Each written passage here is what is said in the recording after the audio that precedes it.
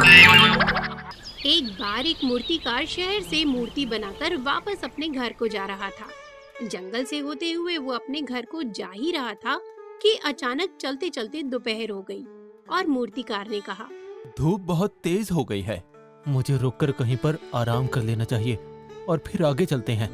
इतना बोलकर मूर्तिकार एक पेड़ की छांव में बैठ जाता है और आराम करने लगता है।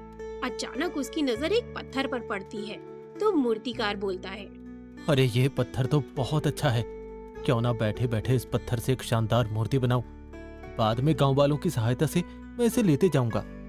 मूर्तिकार के अंदर का कलाकार जाग जाता है और वो अपने औजार निकालकर पत्थर पर मारने ही वाला होता है कि पत्थर से आवाज आती है, रुक जाइए, मुझ पर प्रहार मत कीजिए।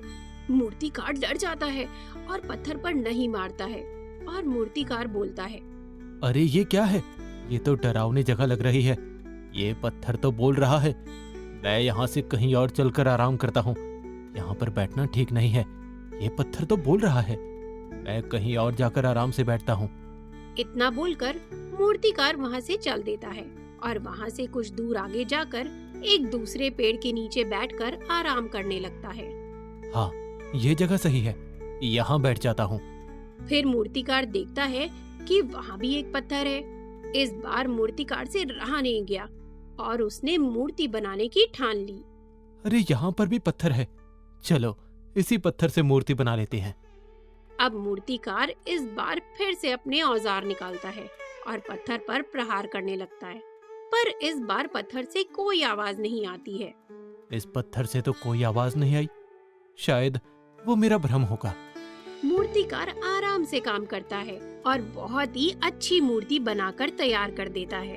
और अब मूर्तिकार के सामने एक समस्या आती है कि वो अकेले इतनी वजनी, इतनी भारी मूर्ति को लेके कैसे जाए।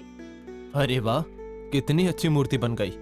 अब चलते हैं यहाँ से, बाद में कुछ लोगों को बुलाकर इस मूर्ति को वापस ले आऊंगा।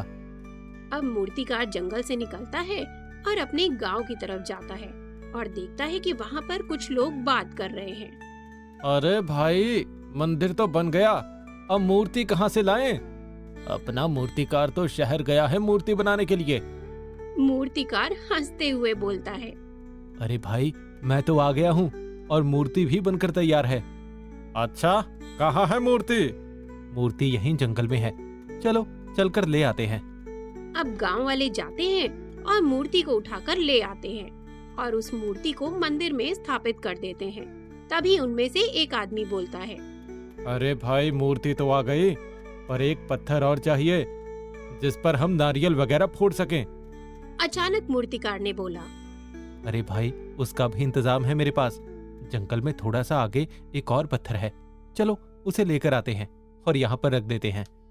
अब गांव वाले जाते हैं और जंगल से उस पत्थर को उठाकर ले आते हैं जिसमें से आवाज आई थी और उसे मंदिर में रख देते हैं। अब एक ही मंदिर में दोनों पत्थर आ गए थे, जिसमें से एक पत्थर पर माला चढ़ाई जा रही थी, चंदन लगाया जा रहा था, उसकी पूजा की जा रही थी, और वहीं एक पत्थर जिस पर लगातार नारियल फोड़े जा रहे थे। अब नारियल वाला पत्थर मूर्ति वाले पत्थर से पूछता है, भाई एक बात बताओ, तुम भी पत्थर, मैं भी पत्थर, पर तुम्हारी पूजा की जा रही है और मेरे ऊपर नारियल फोड़े जा रहे हैं, ऐसा क्यों हो रहा है? इस पर मूर्ति वाले पत्थर ने बोला, मेरे भाई, याद करो वो दिन। अगर उस दिन तुमने वो प्रहार सह लिया होता तो आज तुम्हारी मूर्ति बनी होती और तुम मेरी जगह होते और मैं तुम्हारी जगह होता, क्योंकि पहले तुम मिले थे मूर्तिकार को और वो तुम्हारी ही मूर्ति बनाकर यहाँ पर रखते। मैं तो बाद में मिला था। बस यही कारण है कि हम दोनों के एक जैसे होते हुए भी हम दोनों की किस्मत अलग अलग है। तो बच्चों, हमें इस कहानी से ये सीख मिलती है कि हमें हमारे बड़े लोग, माता पिता जब हमें डांटते हैं, समझाते हैं, तो हमें उनकी बात सुन लेनी चाहिए, तभी हम आगे कुछ और अच्छा कर पाएंगे। हमारी जिंदगी में बहुत सारी समस्याएं आती हैं और हमें उसका सामना करना चाहिए और वो सहन करना चाहिए, तभी हम जीवन में कुछ अच्छा कर पाएंगे। और अगर हम उनसे बचते रहेंगे, भागते रहेंगे, तो पूरा जीवन उस नारियल वाले पत्थर की तरह ही हो जाएगा जिस पर लोग नारियल तोड़ते हैं। दोस्तों, आज की हमारी कहानी अगर आपको पसंद आई हो तो वीडियो को लाइक और दोस्तों के साथ शेयर करना ना भूलें और साथ ही साथ हमारे चैनल को सब्सक्राइब करें और साथ में बेल आइकन को जरूर दबाएं। धन्यवाद।